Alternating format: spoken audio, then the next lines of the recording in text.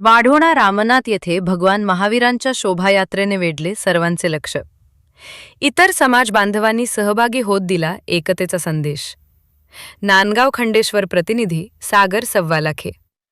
संपूर्ण विश्वाला अहिंसेची शिकवण देणारे जैन धर्मियांचे 24वे तीर्थंकर श्री 18 भगवान महावीर स्वामी यांचा 2625वा जन्मकल्याणक महोत्सव मोठ्या उत्साहात साजरा करण्यात आला. सकल दिगंबर जैन समाज आयोजित या कार्यक्रमांमध्ये वाढोणा रामनाथ येथील श्री आदिनाथ दिगंबर जैन मंदिर येथे सकाळी 7 वाजता भगवंताचा अभिषेक, महावीरांचा पाळणा पूजन पार पडले.